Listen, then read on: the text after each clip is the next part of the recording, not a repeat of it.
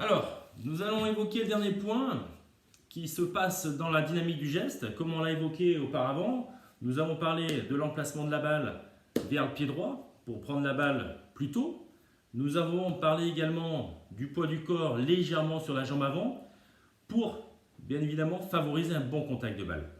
Et ces deux points, en fait, vont vous permettre, en fait, de favoriser une arrivée du club qui va être sur une phase légèrement descendante. Je m'explique, en fait, si vous voulez vraiment prendre la balle correctement, il va falloir que le club il arrive du haut vers le bas. L'idée, c'est vraiment de prendre la balle en premier. Donc, je me suis installé sur mon tapis, dans mon salon. J'ai malheureusement pas beaucoup de place, mais bon, ça va faire l'affaire. Et là, en fait, je vais chercher à réaliser quelques mouvements.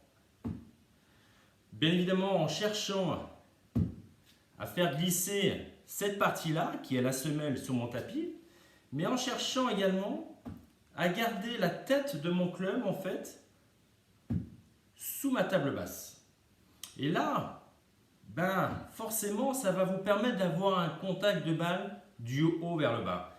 Si par exemple, je cherche à modifier cette arrivée du club en inversant, comme beaucoup de joueurs font, vous avez tendance un peu à le faire parce que vous cherchez à lever la balle, c'est tout à fait normal.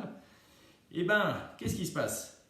Vous cherchez à faire l'inverse. Donc vous voyez que mon club en fait vient heurter, en l'occurrence le shaft vient heurter la table.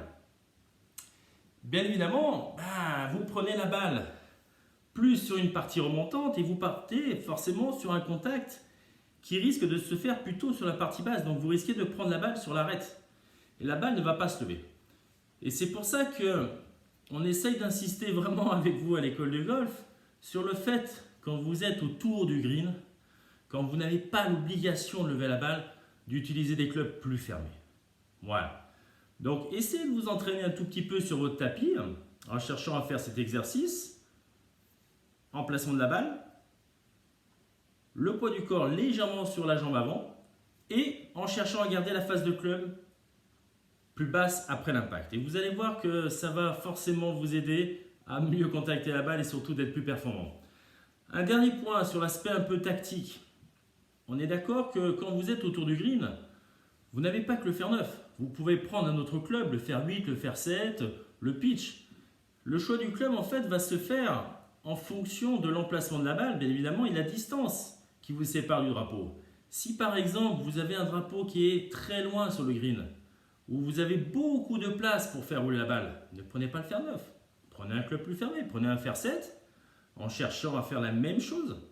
Par contre, la différence c'est que comme le fer 7 est un tout petit peu plus long, vous pouvez forcément descendre un tout petit peu les mains sur le club.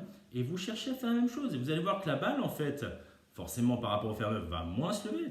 Par contre, elle va rouler beaucoup plus longtemps. Voilà. Et vous allez voir que ça va être beaucoup plus juste en termes de contact. Voilà. Bon, je vous laisse. Bon courage en tout cas. On pense très fort à vous. Et on se retrouve bientôt pour un nouveau défi. Salut!